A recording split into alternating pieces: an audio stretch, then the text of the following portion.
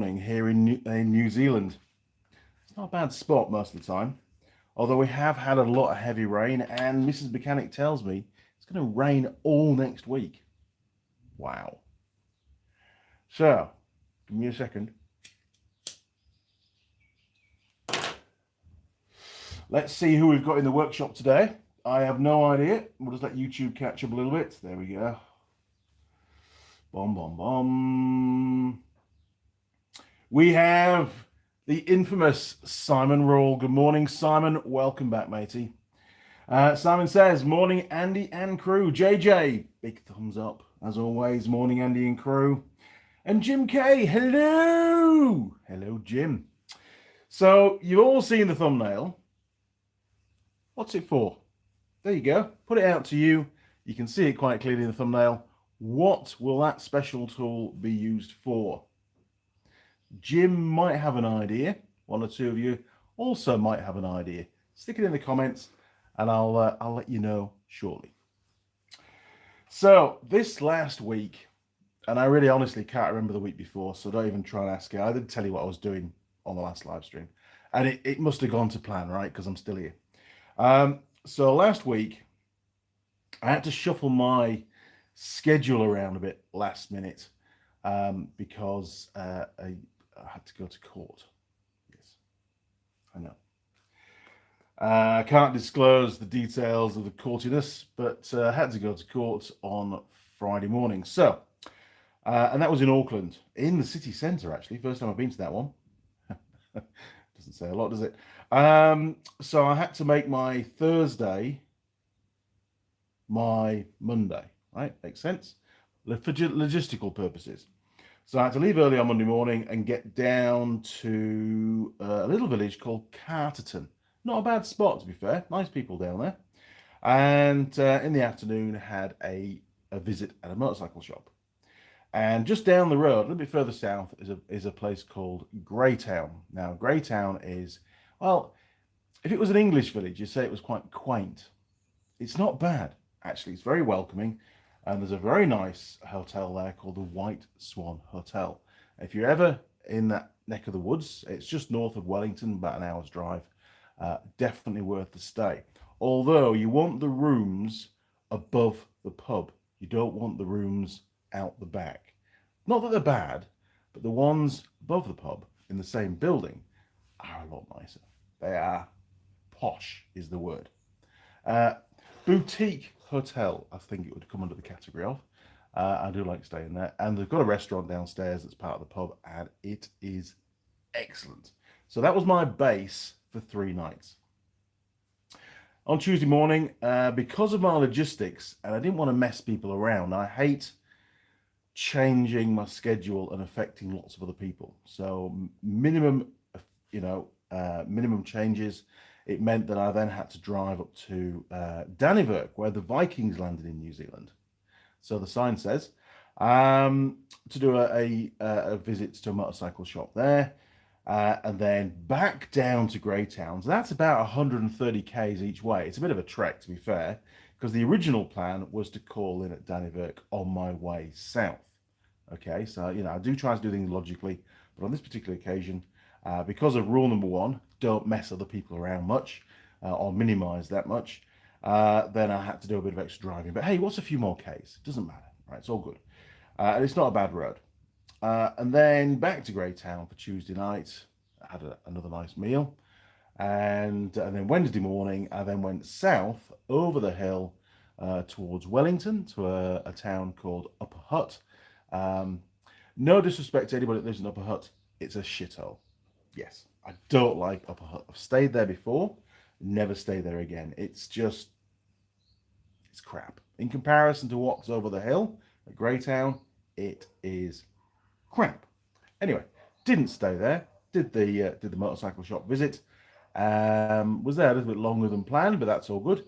And then back over the hill to Greytown again, and obviously stayed over at the same hotel. Cigarette's gone out. Hang on. And I think by night 3, I'd had enough of pub food because it's quite rich, So I thought, right, okay, pop down to the supermarket, get yourself, I don't know, what did we get? Some cheese and crackers and bits and pieces. It's a pretty minimalistic kind of an evening meal, but I wasn't particularly hungry, to be fair. And then Thursday morning, I had to go, obviously, north, and it was a bit of a trek. Thursday was a very long drive day. So here we go. So Thursday morning, I had to go north. First town was Carterton, where I did the first visit, and pick up some stuff from the dealer. I delayed that. I didn't pick it up while I was there because it was going to just rattle around the truck for a while. So I'll swing by, pick it up, and then head north. And I had to go through Taupo to get home, and add some steel to collect in Taupo. So this changed my return route completely. So this time around, I went up the east coast through Dannevirke again, and then almost to Napier, which is on the coast, but there's a back road that swings off and you can cut a corner basically, and it's quite a nice country lane. It's not slow going, it's not fast, but it keeps you away from all the traffic, and State Highway 5 is full of roadworks at the moment. So the less of State Highway 5 you can do, the better, in my book. So I did the little cut off, stopped and had the cheese and pickle sandwich that I'd made. Cheese and pickle? Cheese and something. Cheese and ham and cheese it was. Ham and cheese sandwich. Baguette. I made that, so I bought a baguette as well. Made that, had that for my sort of on-travels food, because there's not really many petrol stations on that particular route. And got onto the 5, got into Taupo, was running about 45 minutes late. As always, you know, it's just the way it is, isn't it? Picked up the steel. Thank you, Asmus. Really appreciate it. Top blokes. Got it all loaded up and then had to go home. Yes, had to go home. The day wasn't over. Got home, unloaded, cleared the truck out, and then had to unload an ROV, the one that we'd undersealed, off the work trailer, put it on my small Eiffel Williams trailer, strap it all down, and then with the benefit of Trevor the tractor and the new receiver hitch that I've welded into the forks frame at the front, the loader part, which doesn't affect the forks being used at all, it's just an additional thing, which is really good, was then able to load the loaded small Eiffel Williams trailer onto the work trailer, strap it all down, and then I had to go to Auckland. Yes, another 250 odd Ks, and drop the trailer off. So that was that day, with all the sort of, there was a few diversions because of roadworks and stuff. I think we weren't far off 700 kilometers, which is it's a long way, and 250 that's with wasn't overloaded, but it was a fair load, is what I would say, on the back of the ute. You know, because obviously it's a bit higher now. The fact you've got 2 trailers, you know, double decked. But it was quite safe, very well strapped on, if I may say so. Dropped the trailer off, and then Friday morning, had to go to court. Yes, can't explain why. What I will say is, it wasn't about me. There you go. It wasn't about me. So that tells you that I wasn't the one that was in trouble. Anyway, got that out of the way. Had to go back to head office, unload said trailer, and then leave the work trailer at work, leave the ROV at work, and then with the small trailer, swap my hitch because I'm a 50mm bore, so I had to swap the hitch on the back of the ute, and then go off to Bethells Beach. Now, Bethells Beach is on the west coast of New Zealand, just north of Auckland, and this is on a Friday that precedes a bank holiday weekend. So you can imagine the traffic is absolutely mental. Honestly, it's gone out again.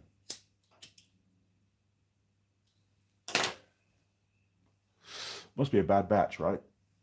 Anyway, so got to Bethells Beach, managed to rein in a little bit of time. I got there about half an hour late, which I always give myself a bit of a window. I was within that window, but I was aiming for 3 o'clock, got there at 3:30. Very quickly loaded up, and on my way, so I gained a bit of time there. And then from the countryside, from the coast, filtered back into Auckland and met up with the traffic. Now, for some bizarre reason here in New Zealand, around bank holiday weekend times, so this starts around about lunchtime Friday, you get a lot of traffic people want to go somewhere else. They don't like being at home. They like to go somewhere else for bank holiday weekends. So of course the roads are really busy, and they drive like absolute idiots.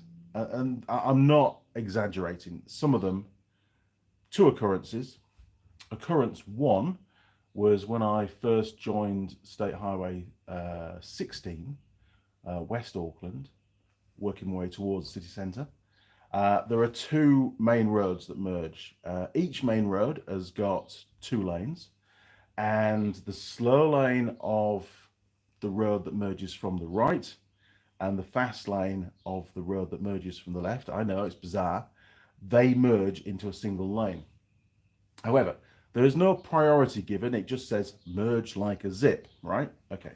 So I'm trundling along at exactly 90 kilometers an hour, which is my speed, with the trailer, with one of the Surf Club ROVs on the trailer, which is bright yellow, by the way.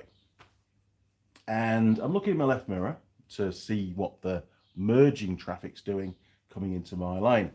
And this little silver car is coming up and he's still accelerating. And I'm thinking, you just need to sneak in behind me, matey, because the road is merging and there's nowhere for you to go. The left lane is full of traffic. The right lane to my right hand side is full of traffic. I've got nowhere to go. So I stay at my own cruise control. I stay at 90, do my job. Can't speed up because that will break the law, right? So I stick at 90. And this silver car now is alongside the trailer. And the lane is probably 1.5 times its width. It's slowly coming down to a single lane. And this car keeps accelerating. And now he is alongside the ute. And I'm looking across at the guy, it's an old bloke, and I'm thinking, this isn't gonna end very well.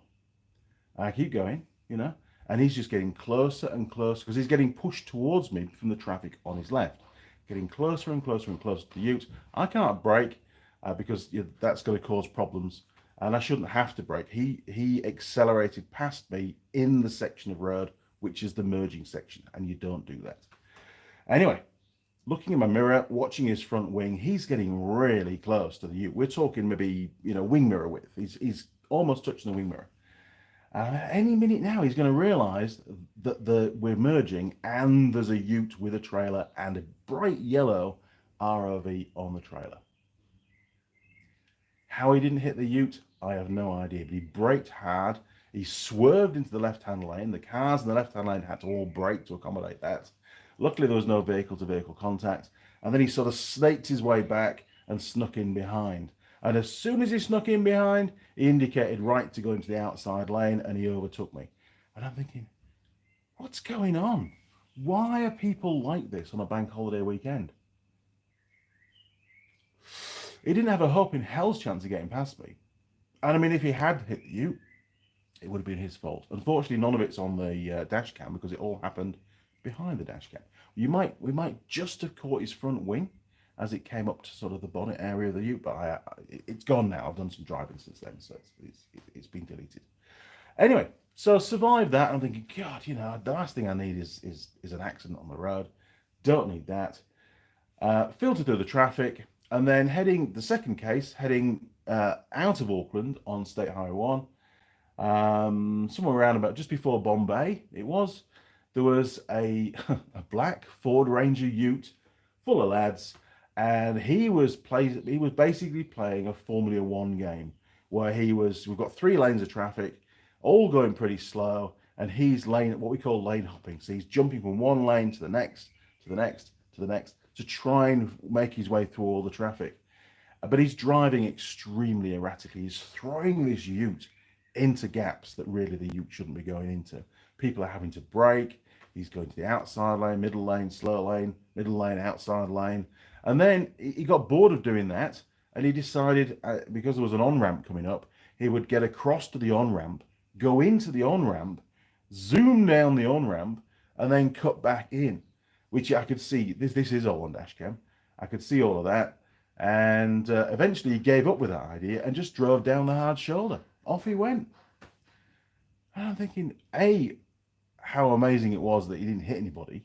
and then nobody hit him because he was driving so fast, and the vehicle was, I wouldn't say it was sliding, but it was slewing, you know, it was really leaning over because it was so much G-force in between him changing lanes. Totally the wrong vehicle, and the wrong place to do that kind of stuff. If you want to drive like that, get on a bloody track, mate, and buy a proper vehicle for that. The worst thing was there were two children in the back. Yes, because he undertook me. At one point, I had a little look in, and he cut me up big time. I was one of the victims on that particular section of road. But again, he didn't hit the ute, so that's the important thing. If you hit the trailer, I don't care because the trailer doesn't get damaged. It's bulletproof. But if it hit the truck, it would have caused a problem. So that was that, really. I then had to pull into the Bombay petrol station, and I was thinking, man, I wonder if he's here, you know, but he wasn't. And fueled up, and then trundled my way home. And I got home about, because the traffic was really heavy, it was slow, it took a long time to get through Auckland.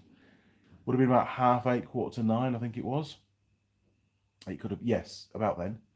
I had to stop in at Matamata and do a bit of shopping, get some supplies for the weekend, bank holiday weekend. Don't want to go anywhere because the roads are bad, right? And yeah, I was absolutely knackered. It was a really busy week, and I've probably driven from Thursday morning to getting home Friday night. I drove about 1,100 kilometers, which is a long way. But for the whole week, it would have been about 2,000, I reckon. It was maybe more actually, but it was a long way, and very, very tired. Anyway, that's my little rant, my little story of what's happened this last week, with the focus really on driving, lots of driving, and you know, almost a couple of near misses on the road, and of course some motorcycle shop visits. So that's basically all I've done this week, other than being in court as well, which was never fun. Don't enjoy going to court. You never quite know how it's going to go. Again, can't disclose the reasoning why, so please don't ask. Connor K, morning. Andy and crew, good morning, Connor. Sorry it took so long to get to your comment. I was on a mission there. Simon, holding a final drive to talk it. Ooh, a final drive. Not quite. Not quite. But it is part of the transmission. There's your clue. Wade Mayer, howdy, Andy and crew. Good morning, Wade. Welcome back, sir. Good to have you on board. JJ, locking tool for a clutch. Does it act as a clutch? It doesn't. A clutch definition, a device that engages and disengages drive. Again, very, very close, but not perfect. Let's keep going. Tessifon. Welcome, Mr. Andy, the mechanic. Thank you. I come back again after some weeks and happy to see you again. Likewise, Tessifon. Welcome back, sir. We all need to take a break now and again. Totally understand. There's only so much of Andy's sort of rambling on that you can take. Jim Haynes. Good morning, Jim. Another Jim. Mr. Haynes. I did hit the like button, but the last race of the year at Langley Speedway, Hampton, Virginia. The last race of the year. Good stuff. Hopefully it has or will go well. The Giant. Hi, Andy and crew. How is everyone doing? I'm all right, actually. Yesterday morning, I was absolutely knackered. I had a lie-in. Mrs. Mechanic let me have a lie-in, which was... It's really rare for me to have a lie-in because my body clock is get up early, you know, and get to work and do whatever you need to do. And when I'm at home, get up reasonably early and, again, get on with the stuff we have planned for the weekend because we're always doing stuff. So yesterday, the weather for these 3 days, it was supposed to be pouring down a rain today, Sunday, and pouring down a rain tomorrow.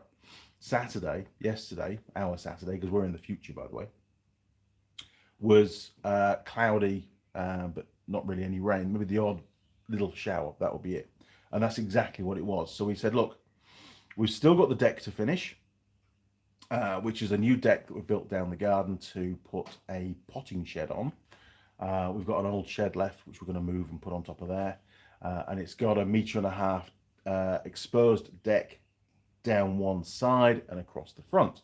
as well. So we made the deck 4.5 meters by 4.5 meters, and the shed is roughly 3 by 3 meters. Only a small shed, but it's where we can keep all the gardening equipment, and Mrs. Mechanic can have it for doing her potting plants and stuff, and Ben can put a bit of storage stuff in there, which is what's already in the shed at the moment, as it's parked on the grass. If you can park a shed, it's on the grass. So we got it finished. We did. So I'm going to show you some photos. Let me bring them up on the screen, and then you can see what we've done. Right, so just going to turn you around. 3, 2, 1, boom.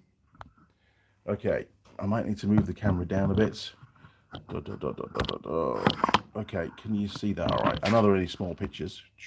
That's better. We'll bring it a bit closer. There you go. So that is the deck. Can we swipe? Oh yes, there you go. Look, it's all finished. It's got 16 legs. These are all 100 by 100, all treated timber, all concreted into the ground. This trench, by the way, I fell down that yesterday. I thought I was going to break my leg. I was getting off the deck and I just happened to step into the trench by accident. And I thought I twisted my ankle, but I hadn't. Anyway, we got it finished. We got the sort of from about halfway to the end finished yesterday. And it came out really well. Very happy with that. It's super strong.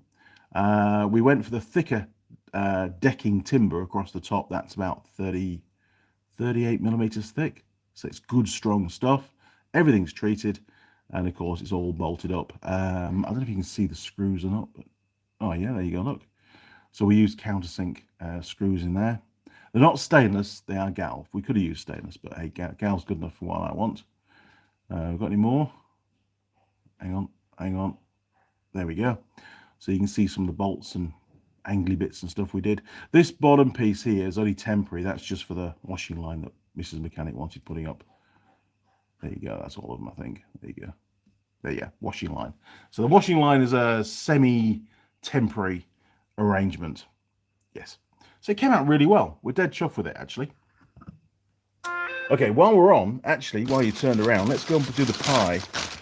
So, hang on. Do it to camera, Andy. Do it to camera. Boom, boom, boom, boom, boom. Sort the camera out again. There we go. Right. I feel like I'm that guy peering over the wall. What was his name? Wilson? Right, the pie. So this is a really odd pie. I spotted it at the BP the other day. It is an eggs Benedict pie. Now, I don't mind eggs Benedict. Usually, have it for breakfast. But this is an egg Benedict pie, which is BP, the Wild Bean Cafe, tends to do short runs of weird pies, and this is one of their weird pies. So I thought I'd grab it. We haven't done it before, obviously. It has been sat in my truck a few days. Hopefully it'll be all right, being eggs and everything. It did get put in the fridge as soon as I got home, but you never quite know, do you? So if I'm ill later on, you'll know why. Right, turn you around. 3, 2, 1, boom. Okay, let's head over to the pie warmer and get this done, and then we'll go back to the comments. Okay, 23 minutes. Oh, there we are. Perfect. Okay, so back to the comments, and then we'll have a little wander around the workshop later on, and I'll show you that special tool as well, actually. Must remember to do that, given the fact it's on the thumbnail. Okay, we're back in shot. Sorry, we'll get rid of the door. Right. Okay, get rid of the photos. Boom. Where do we get to? Wade. Here we go. Scrolling down. Wait, it looks like a filter housing wrench, but this is the wrong channel for that size filter. Yeah, it is. Maybe a harmonic balancer or clutch basket wrench. Man, you guys are really, really close. Okay. Simon, cheese and crackers is a good choice with cider. Exactly. It is. It is. And that's exactly what I had. So thank you. We are on the same planet, Simon. Roger Heaps. Good morning, Andy and crew. Good morning, Roger. Welcome back, sir. Only a few more weeks and I'm heading your way. Richard Perry. Morning, Andy and crew. GB flag on that side there. Look, GB flag and thumbs up. There you go. Good morning, Richard. Welcome back. Jim K, how was your Friday? I saw your email, Jim. Sorry, I just haven't replied yet. No verdict at the time of the hearing, you could call it. No verdict. We will find out in the next couple of weeks. But got my point across pretty well, I think. Pretty well. Complimented on the presentation by the judge is the wrong word. Okay, I was winding you all up. It was a tribunal. It wasn't a court. It wasn't a court hearing. I just thought I'd, enhance it a little bit to get you all worried. So forgive me if I've led you down the garden path. JJ, I know that junction well. Notorious for that kind of blind merging. The guy, he was talking to this old woman, they were both older people, and he was way distracted talking to the passenger in the car. He was taking no notice of what was going on for that merging procedure. It was pretty clear. It was it was entirely his fault. Sure, I could have gone, ooh, he's going a bit quick. Maybe I should brake and let him in. But, when I'm towing a trailer, just like with big trucks, really, you don't want to make any kind of erratic moves because that tends to upset the trailer a little bit and it can do silly things. So I was going 90 k's an hour. I was doing everything right. He was trying to undertake me in a merging lane. Pretty obvious he was at fault. And hey, if the truck gets a dent in it, and it's not my fault, the truck gets a dent in it. The last thing I'm going to do is slam the anchors on and have somebody smash into the back of my trailer. My trailer. Don't want that. It is insured, by the way, but I don't want that. Because then you've got a trailer with smashed lights and stuff, and then you go, I need to get home. Do you drive it with broken lights, and then you're putting yourself at risk of fines and getting the trailer impounded and all? It just becomes a palaver. Far better that the silver car just, make a little touch and go, oh, actually, there is a vehicle there. And bugger off somewhere else. Not my problem. Might sound a bit selfish, but hey, it's survival of the most intelligent on the roads these days, isn't it? And there wasn't any brain cells being employed in driving that car at the time. So, Wade. New Zealanders only drive nutty on bank holidays. That sounds heavenly. In Illinois, USA, it seems like, hang on a minute, I've got to scroll down. They recently banned road rules and etiquette 24/7. Yeah, I mean, of course, you get the odd dumb driver now and again, whenever. But bank holiday weekends, nah, they seem to come out of the woodwork and everybody's in a rush to get everywhere. They all just draw, well, not all of them, but there's a drastic increase in the stupid driving stuff going on. And I hate driving on the Fridays before bank holiday weekends. It's just because usually I've got a trailer on. Usually it's been a pretty busy day. It takes longer to get out of Auckland. It takes longer to get home. Petrol stations are packed with people. It's just, I'm not there for leisure. I'm there for doing a job, and it's just, they're in my way. I don't like it. It's annoying. You're on guard all the time. You've got to be super focused when you're driving because literally they can do anything. Simon, been working on the boat club tractor today. Good man. After getting the engine back from being reconditioned, the positive earth system had me out of my comfort zone. Sussed it and went for a drive. Positive earth. Yeah. Try and get your head around that when your brain is programmed for negative earth all the time. It's if you're having to do diagnostics and stuff, it would just do your head in, wouldn't it? If you're not used to it. Yeah, not good. So yesterday, I've covered last week. We got the deck finished, celebration. Had a few ciders. It's nice actually. Long time coming. Although, yeah, I had cider on, was it Wednesday night? But anyway, you know what I mean. It was nice just when you're at home, you can relax, have a few drinks, watch a bit of telly, and just chill out. Because I was knackered last night. Today doesn't stop. The fun and games continue. So today, neighbours. Today, I have the ROV that I collect from Bethel's Beach. It reportedly only goes forwards and backwards now. It doesn't brake very well, and it doesn't steer. So there's a bit of work to do on that. I do have a new steering rack under the bench, a new part, so chances are it's going to get that. Brake fault is master cylinder. Piston is seized due to corrosion. Pedals stuck down. So the brakes are binding on. They're not released properly. That's the issue. And it's in for a full service and a tidy up because they're going to sell it.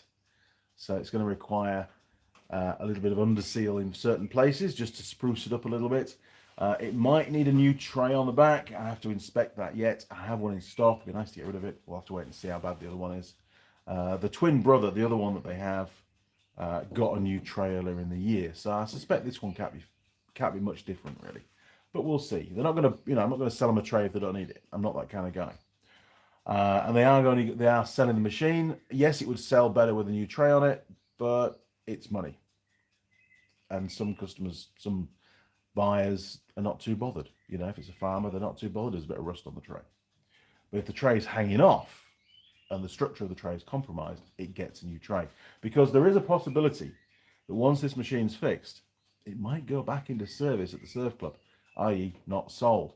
And if it goes back into service at the surf club, it has to be an emergency vehicle and it has to be up to standard. So, I asked the guy, I said, are you going to use it when it comes back? Oh, no, they shouldn't use it. I said, no, that's not what I asked. Are they going to use it or not? If there's a chance they're going to use it, we have to service it and bring it back up to emergency vehicle spec. If all you're doing is selling it, that's different. So, couldn't quite give me the conclusive answer, unfortunately. And then tomorrow, we have some more. Can I show you yes, I can. Bear with me. Hang on.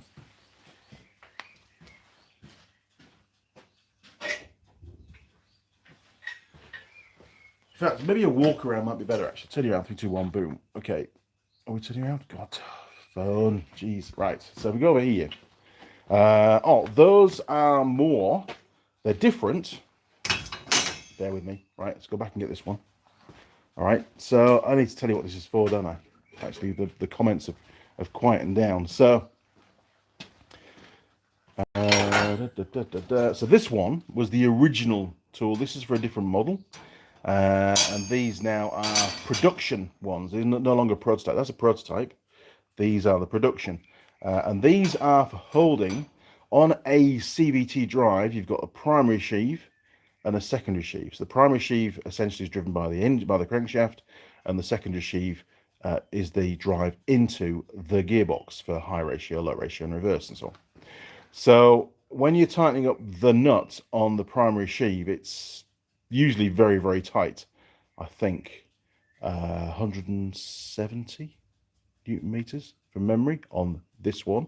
This is a larger vehicle, again ROV. I think it's 230, but I could be wrong on that one.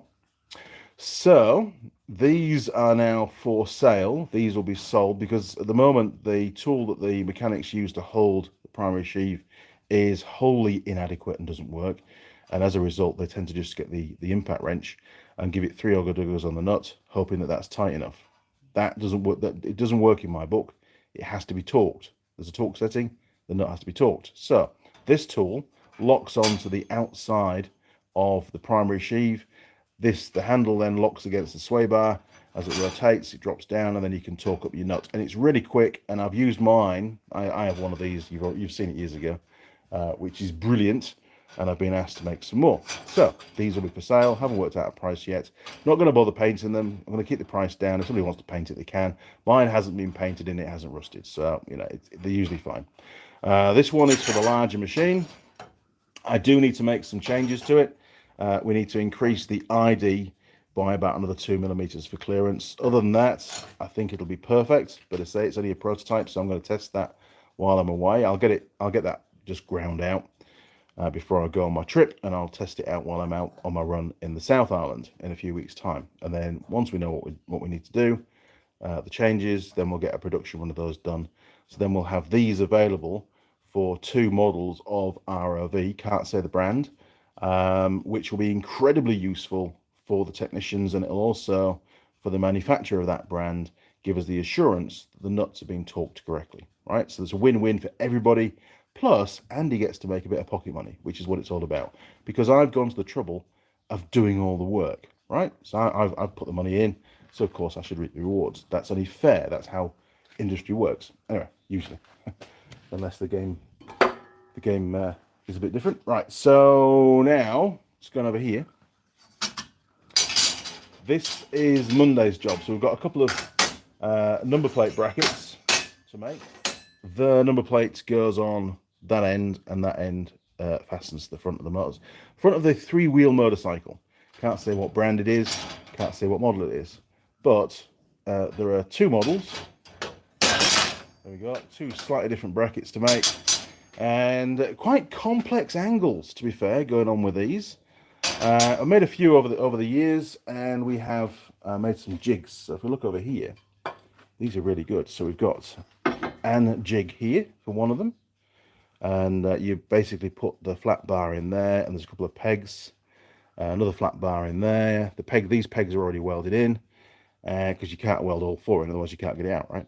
And then the round bar just drops in here and drops in here, and then you tack weld it, take it out and weld it up properly, and away you go. It's really easy. And there's another jig just over there for the other one. So the effort is making the jigs. Once you've got the jigs, good to go, easy peasy. And over here we have the steel. Now I had to get it cut down to 2 meter lengths because I couldn't transport anything longer than 2 meters. So I'm hoping I can still get the quantity of cuts that I need from these shorter lengths. If not, there might be one or two that are welded together and ground back. It's going to happen. There's hardly any weight on these things. It's just a metal aluminium number plate that hangs off it. So, you know, the strength, these are way over engineered for what they are. They really are. They're monstrous. This is 10 mil steel, and this is 25 by 5. I don't bother putting the fold in. That's irrelevant. Don't need to do that. Just a straight bar's fine to hold a plate on. So yeah, we've got 60 of those to make, 20 of one and 40 of the other. So it's not a massive batch, but it needs to be done. So that's Monday, which will involve, I think Monday we'll get those cut, we'll get the flat plates drilled, and hopefully I'll get them all welded up. And then Mrs. Mechanic is going to sandblast them all in the cabinets. That's the plan. And then we're going to spray them. Now, just going over here, how's the pie doing? Oh yeah, another 10 minutes, 9 minutes.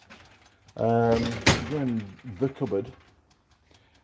I'm hoping we've got some, I haven't checked, Hammerite thinners. Have we got the Hammerite paint?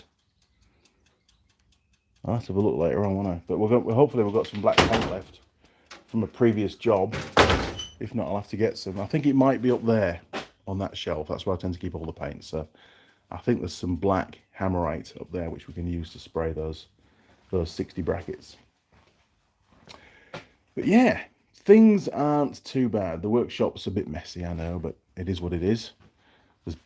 You'll see wood shavings and wood all over the place because we've been doing woody stuff recently. We even used the Saw of Doom yesterday and survived, which was great. Did a perfect job. Again, we had to cut one of the planks down, and it was like a 30-second job. It was brilliant, absolutely brilliant. But yes, and I still haven't found I haven't organised the magnetic strips for the pie yet, so my apologies. And I've now run out of the green tape.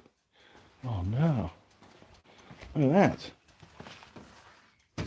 Temporary green tape's run out as well, so this is the last pie I can do for a while, because I'll have to leave the score just on here today.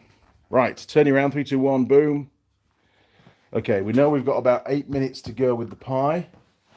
Oh my word, what's going on here? Simon, oh there, Simon, rubberized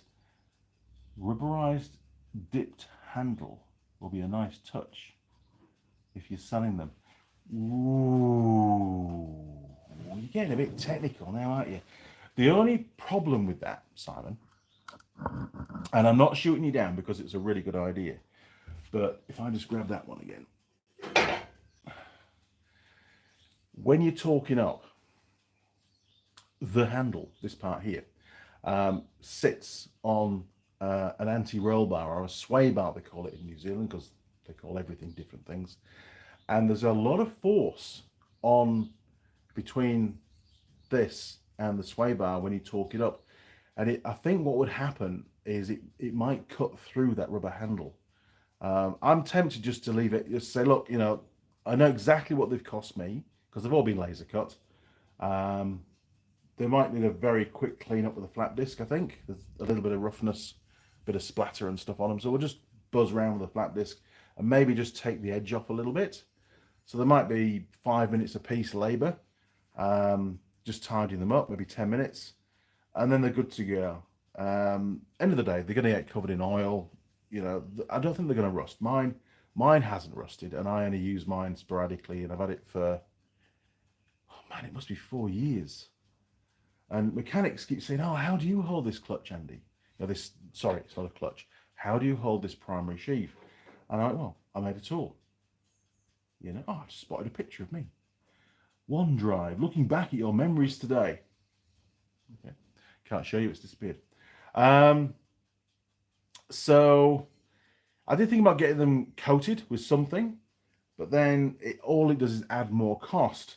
And I don't want to make them too expensive, because then a lot of places won't buy them. If I do them cheap enough and just make a little bit, then I imagine that I'll sell lots. And to me, it's more about the volume than it is producing a super duper nice tidy tool. It would have been nice, I think, when we get the next batch done, I might get some kind of part number etched into the handle, and maybe Andy Mechanic, because you know I've designed the tools, so why not? And then that way they can order more, because a lot of the motorcycle shops, they'll keep one in the workshop, and they'll put one in each of the on-farm vehicles that go out to do servicing on the farms. They'll need one on there as well. So again, if they're buying 2 or 3, they don't want to be over expensive. Otherwise, they'll be like, ooh, we don't want to spend the money. But it's a guarantee the job's done properly, because at the moment, there's a high possibility that the mechanic takes a shortcut and rolls the dice and just uses an impact wrench. And if you don't torque them up correctly, it can tear the splines on the rear part of the primary sheave, which is bad, obviously.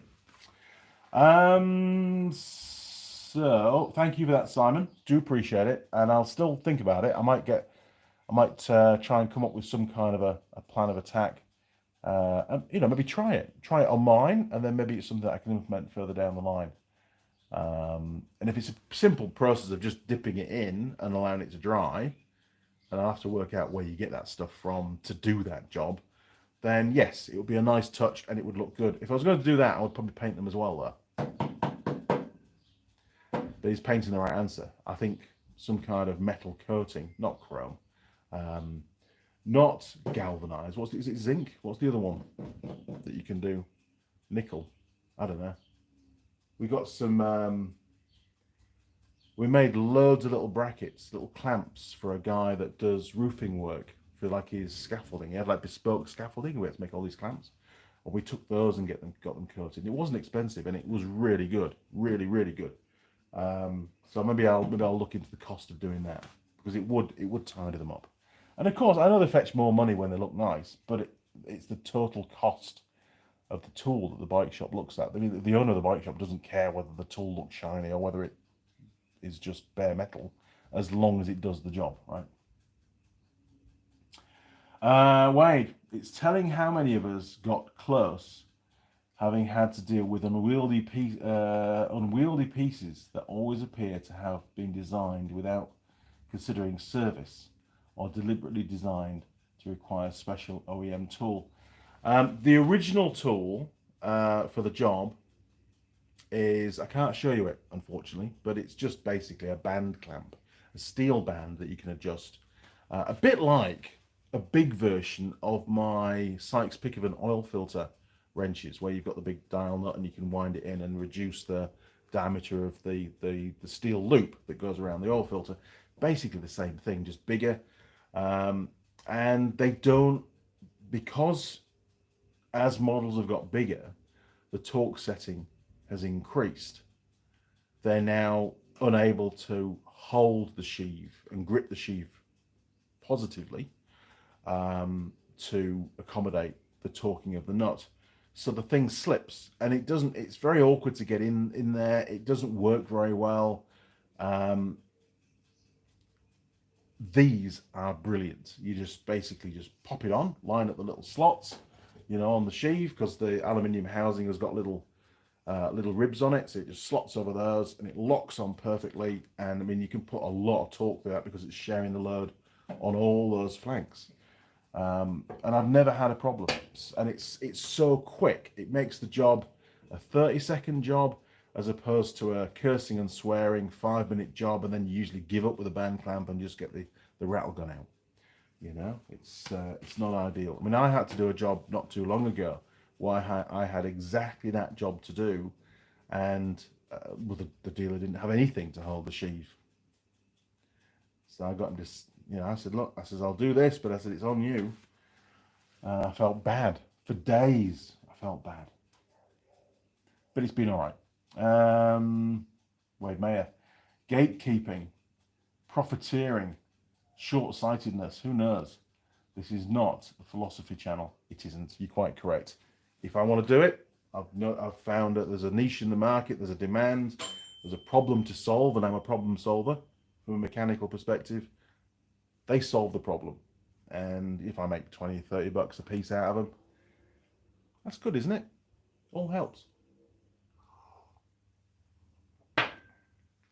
Okay, I heard the pie. We'll give it a minute just to mellow a little bit, savor. So, you know what I'm doing today. You know what I'm doing tomorrow. Tomorrow should be fun. Quite enjoy making stuff. And then for the rest of the week, Tuesday, Wednesday, Thursday, Friday, I'm working from home. No wheels will be turning on my ute for 4 days, which is great news because it's covered a lot of Ks recently.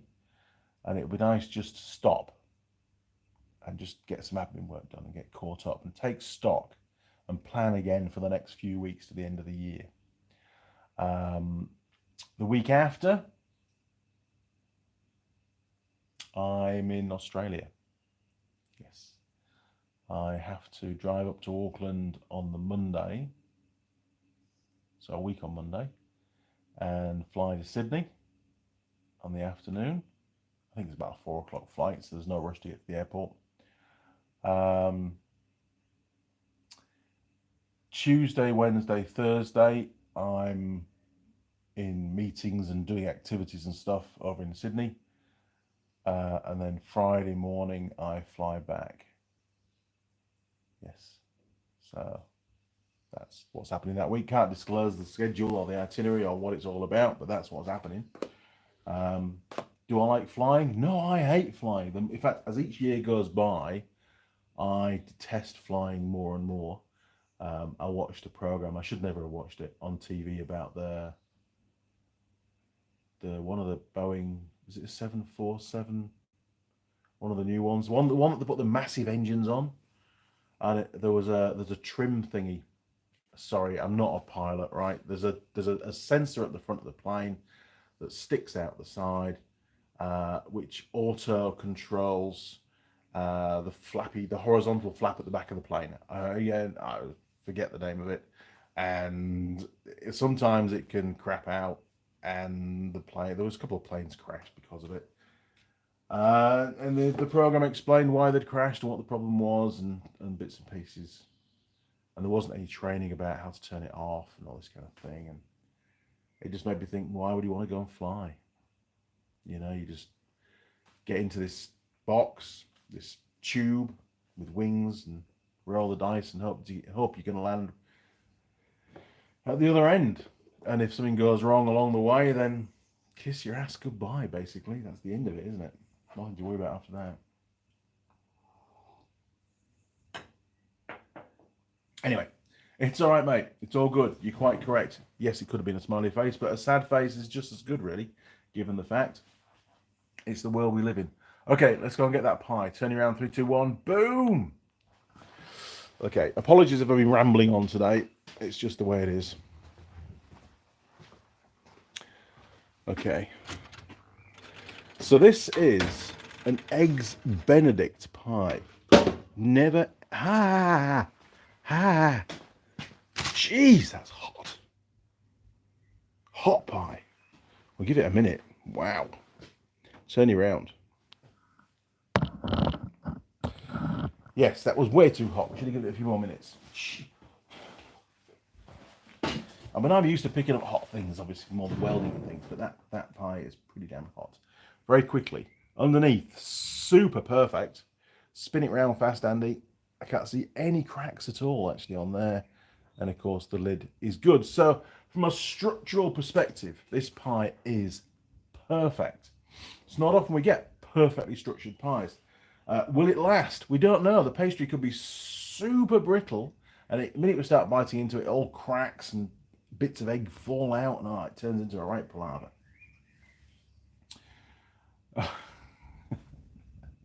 Am I getting a rental car?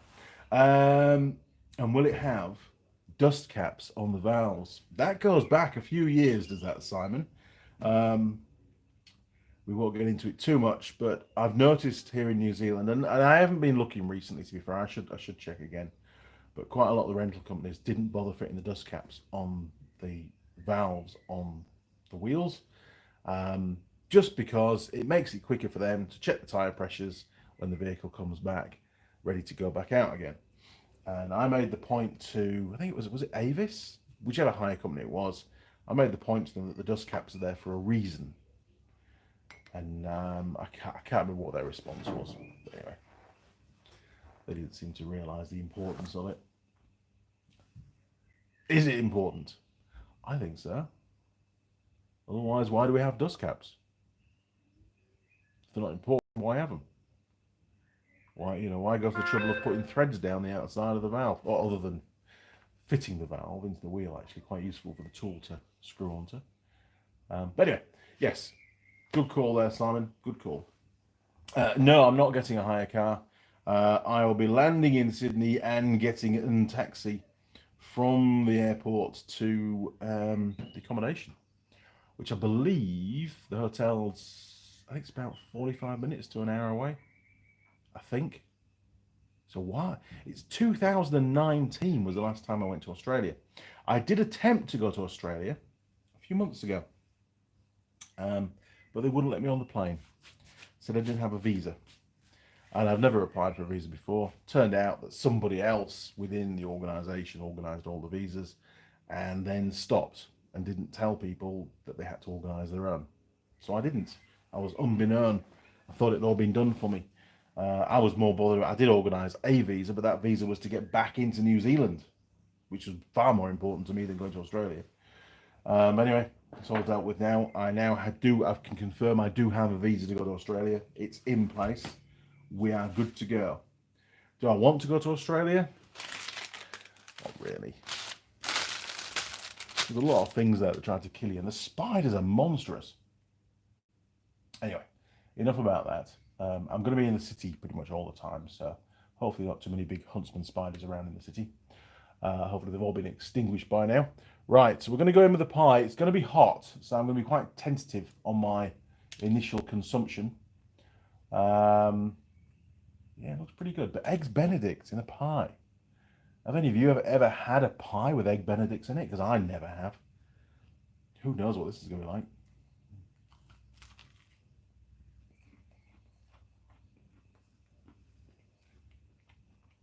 Definitely looks eggy. Doesn't smell bad. Don't forget, it's been in the car for a couple of days, which wasn't ideal.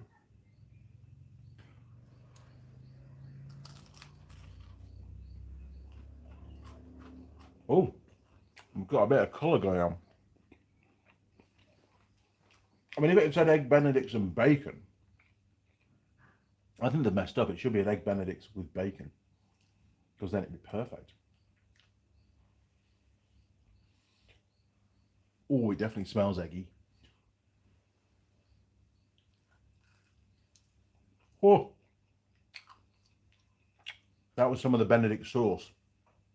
was hot. That was really hot. Yeah, not ideal. Not ideal at all. So, what do you reckon would be a good price? Yeah, I'll put it out to your mechanic. What would you pay for a tool like this?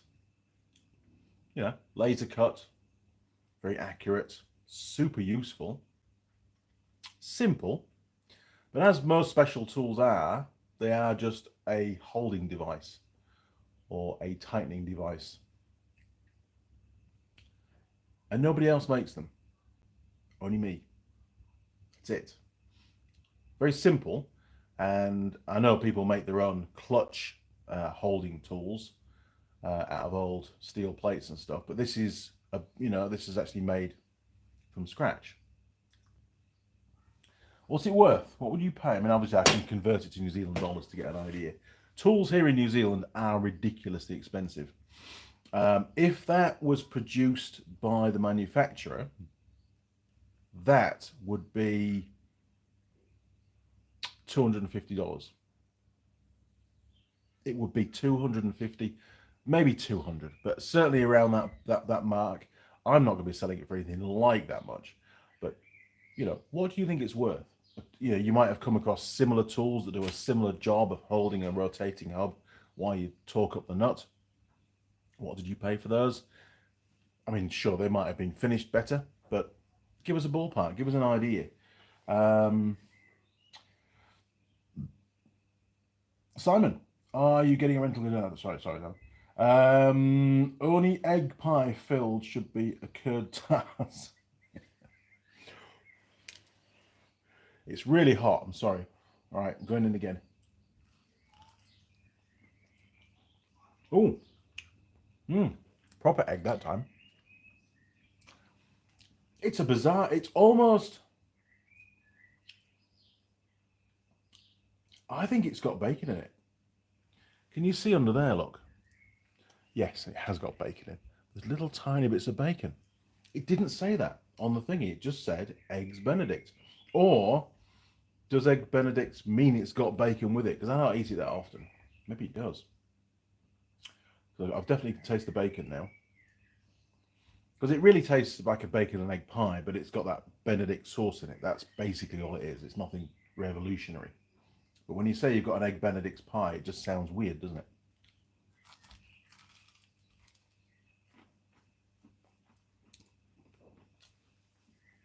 Simon, I'd be happy paying 120 to 150 quid. Quid is pounds sterling, for those that don't know. Slang. Quid. I haven't used that for a while. That's quite a lot, Simon. A bit more than I was expecting, to be fair. But things are expensive these days. And to go to the trouble of having one made yourself is a bit of a ball ache. So let's go the lowest, 120 quid. And the exchange rate's about double, so that's about $240. So you're actually probably about right, aren't you? If it was a manufacturer special tool, yes. We're both bang on the price. What am I going to sell it for? I don't know yet. I was thinking somewhere around about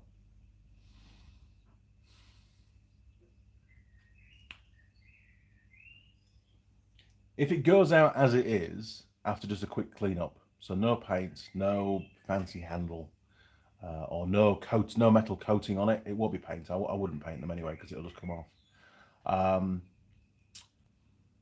So as is, but after a quick clean up, I was going to go for a straight $100 each. That was my plan, But hence why I asked the questions, is to get some ballpark. The Giant, $160, as you said, that you can't get them anywhere. Can't. Nobody else makes them. Not to my knowledge, not because they're all specific to each particular model. And my ultimate aim is to make one for each model. And then you could buy a full set for a discounted price. But I need to get my act together. But I'll get around to it.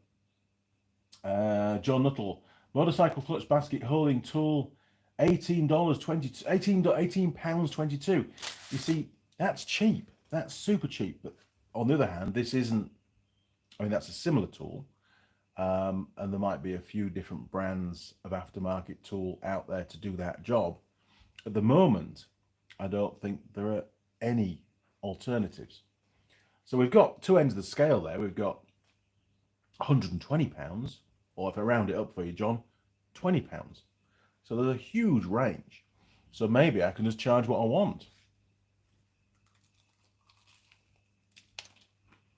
I mean, there's no way they're going to be £20 each because they cost way more than that to get them made.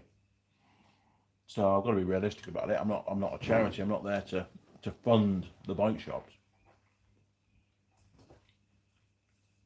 Hey, I'm busy eating a pie. We're not scoring it. Okay, let's get this scored. It has cooled down a little bit now, which is good. Okay, taste, flavour, contents. Definitely bacon. You can see all the bacon in there now, look. Saving grace. Well, not saving grace. Added benefit got bacon in there. It's definitely worked to their advantage. And it tastes pretty nice, actually, for what it is. I'm going to give them one more bite.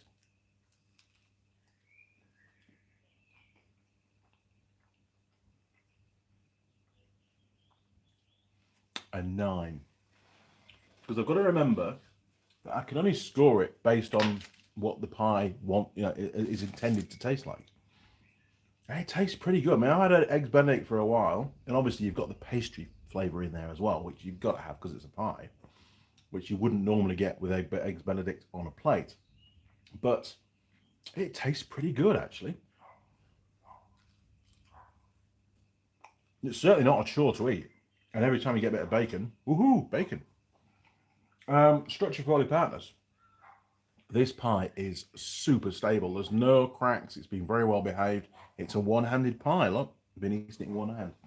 It gets a full 10 points for that. Runnability. Bacon. Apart from a little bit of pastry falling off. There you go, look. 45 degrees, 30 seconds. Any movement. I think the only possible that could run would be the Benedict sauce, which we've got a blob there. But it's stable. And the pie is still pretty hot, to be fair. It's burning my thumb at the moment holding it. So we've got no movement, which means it gets a full 10.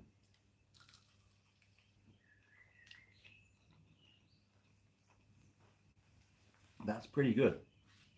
Okay, meat quality is one of the attributes that we analyze on these tests. And to be fair, there's not a lot of meat in it. There's a flavoring of bacon. The bacon, I mean, one piece was reasonably large. It tastes pretty good, but it's almost too small to be really sure. All I'm getting is a bacon flavor. I've had no gristle and stuff yet, though, which is nice. No big chunks of fat. We'll have one more bite, and then we'll mark that.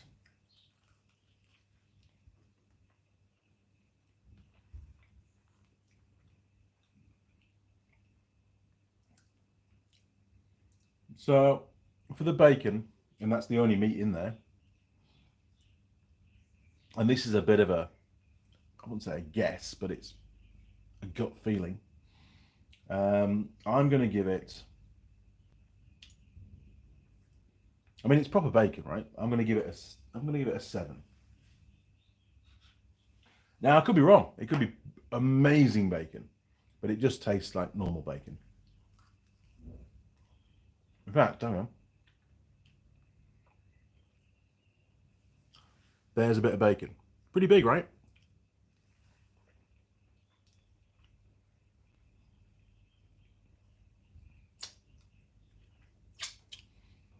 That's going to go up to an 8. That was pretty good, actually, for bacon. Okay. So this is the pie to crust ratio. This is the amount of pastry volume in the cross section as opposed to the contents. Now this pie, it's got about 4 mils of pastry at the bottom. The top is maybe about 7 millimeters, 8 millimeters. It is folded over a little bit at the moment. The critical parts of the pie is this join here where the lid goes to the base. And it's not too bad, to to be fair. I mean, it's got to be enough to be strong. The contents are pretty good. Look, I've got all the bacon in there. Look, just ready to be eaten.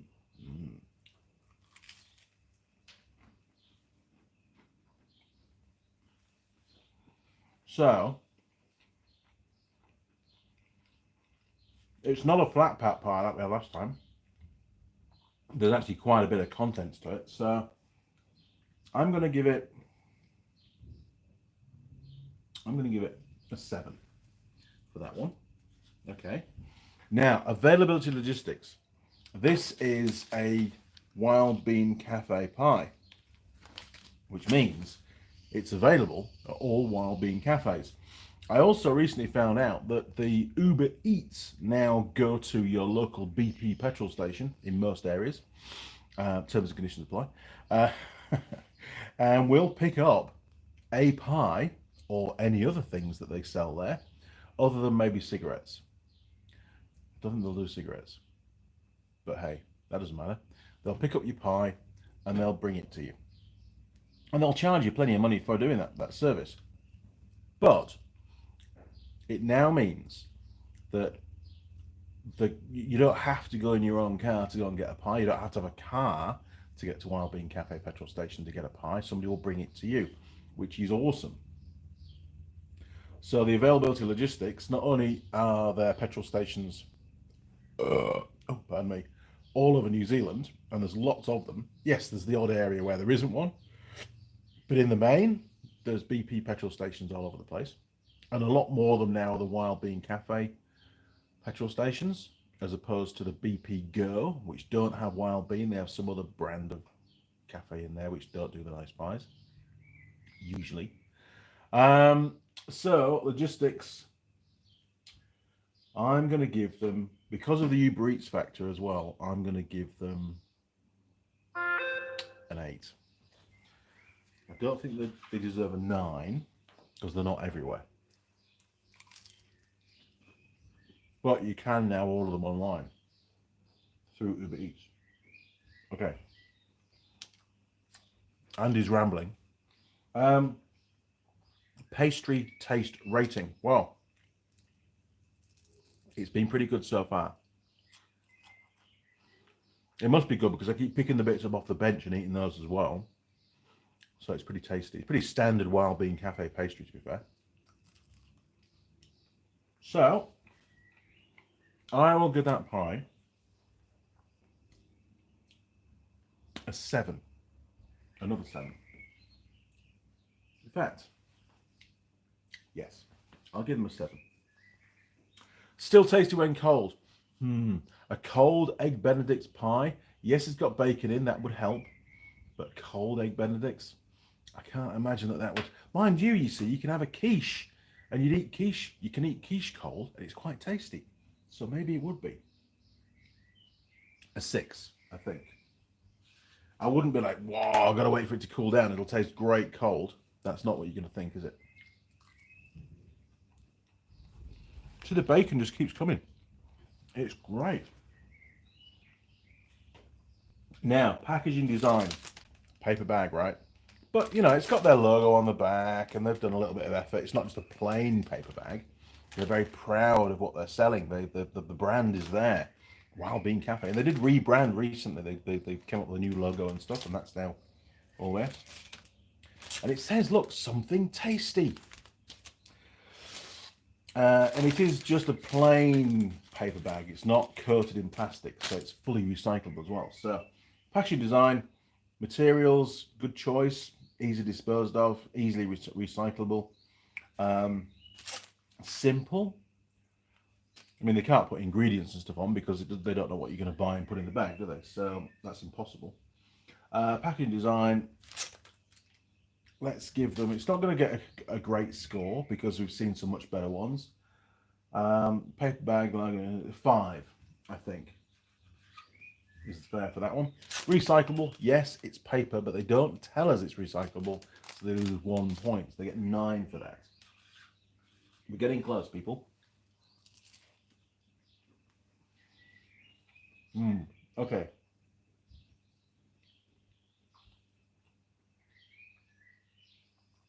post-pie heartburn. Already had 2 burps. Might be some more yet. Stuffability score. Haven't quite finished. That'll have to wait. Pie server attractiveness. So the reception that you get when you walk into the establishment, it's not just about the person behind the counter. It's about how they serve you, how they meet and greet, how they make you feel welcome. At the end of the day, it is a petrol station. It's not the best, but you wouldn't go there for a nice evening meal with your wife. Well, I wouldn't most of the time. So what was she like? It was a lady. I'm trying to think where it was. Ah, yes. Okay. I remember now. She was definitely late 40s. But she was very polite, very welcoming, and she laughed a little bit. Now, when you've seen 1,000 customers, you know, I'm the 1,000th customer that she's seen that day, and she still has the energy to laugh and a bit of a joke with you, that's actually testament to their character. So, extra bonus points for that. I'm gonna knock that up to a 6. Now, you might think I'm being evil, but I'm not.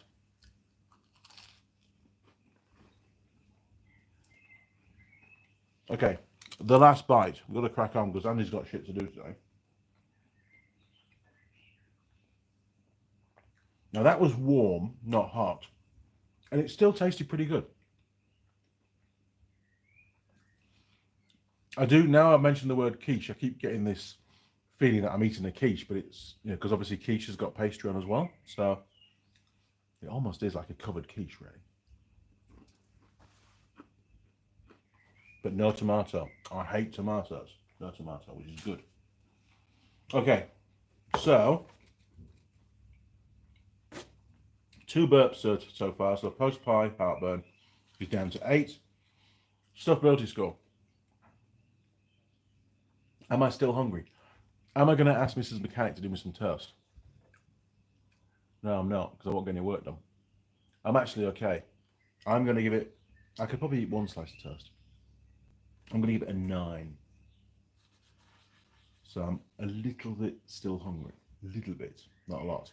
Okay, we've got some adding up to do, some arithmetic.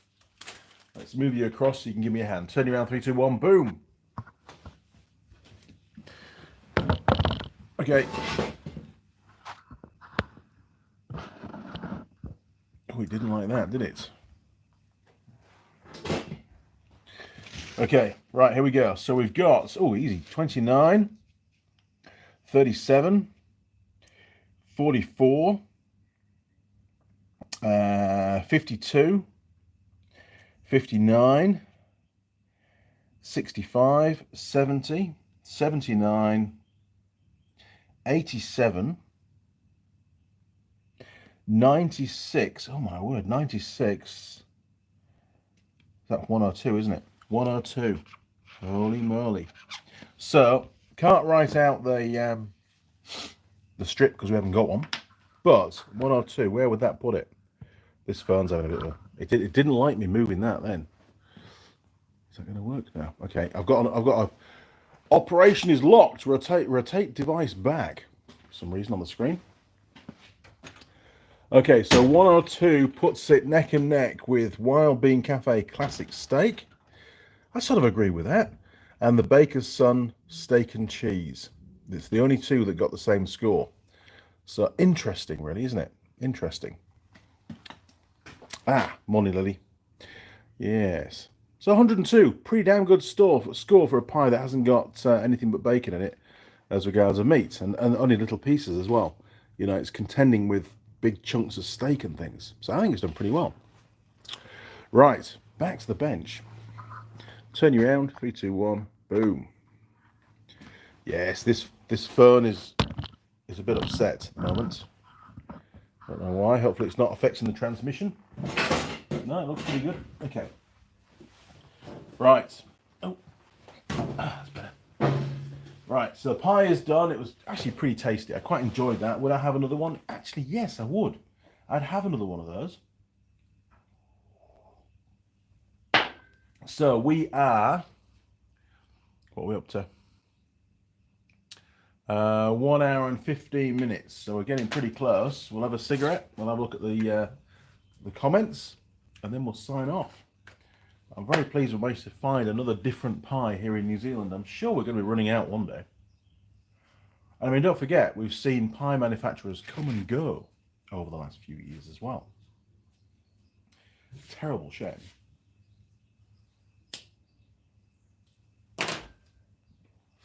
Now, Sheldon, if you're on, I've not seen your comments yet. I'll be bringing this down with me and one of the ones for the smaller ROV, and I'll be leaving those with you because I know you need them, and you can give me some feedback. Now, where do we get to? John, I done that one. Simon, don't mind paying for quality tools. It's a case of buy once and cry once. It really is. I've spent a lot of money over the years on various tools, and sometimes it's that kind of tool that you need for a job, and you go, oh, I've got to get the tool.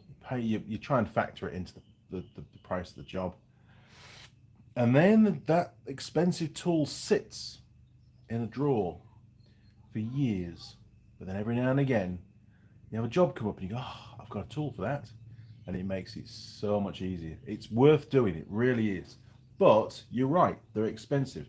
These, I think, with the time and effort that's gone into it, I think 100 New Zealand dollars each would be enough, the upper limit, so to speak. And given the fact we've got two different models now, once the prototype's signed off and they get a batch done of those, then it could be $100 each or 180 for a pair. How's that? Does that sound good? I think that would probably work all right. And I think that kind of money, they'll be prepared to pay it because it will save again and again and again and again. It will save them labor time to do the job, and it gives them the assurance the job's been done correctly. And that's important. And don't forget, they can still charge out the book time, which would include using the band plan, which takes longer. So for every job that they do using that tool, they make more money. So it pays for itself, and it'll start to make profit. I like that. So why wouldn't you? JJ, Andy, would you still happen to have a workshop manual in digital format for your RAV4 videos that you could let me nab from you, please? Holy crap.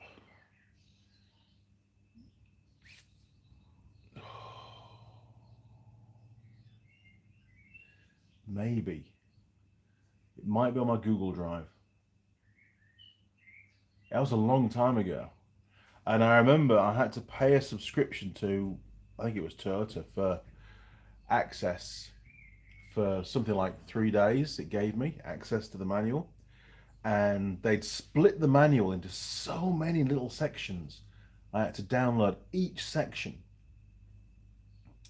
And then save it, print it as a PDF, and then, save it as a PDF. Where they are now, I don't know. You'll have to leave it with me. I'll have to have a little rake around. If you could send me an email, JJ, and if I can find something, I'll email you back and let you know. I won't be able to do that this weekend, but I will be thinking about it over the next couple of days now, as to where those manuals, those little pieces, those fragments are. I remember I didn't download the whole manual because it was hundreds of different sections. I probably just focused on engine stuff because that's what we were doing at the time. So I won't have the whole manual either, unfortunately. But you're most welcome to have whatever I've got, that's for sure, because it's no use to me anymore. And of course, it's a digital copy, so it doesn't cost me anything. It's, just spreading the word. Pete, smash the like, guys. Yes, smash the like, please. Thank you. John Nuttall, I just took up a hill. I just looked up a hill in New Zealand with the longest name. Oh my God, try that, Andy. The hill with the longest name. Well, based on the native language here, the original language in New Zealand, it's probably ridiculously long.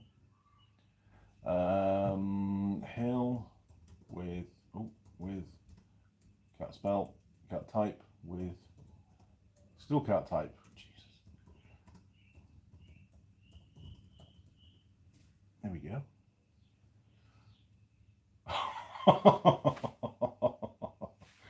Oh my God. The English version of it is, I'm not even going to attempt to pronounce the Maori. I can't even pronounce Maori either. The English translation is the place where Tamatea, the man with the big knees who slid, climbed, and swallowed mountains, known as Land Eater. There you go. That's the name of the hill. What the hell? It's hilarious. That's a very, very, very long name.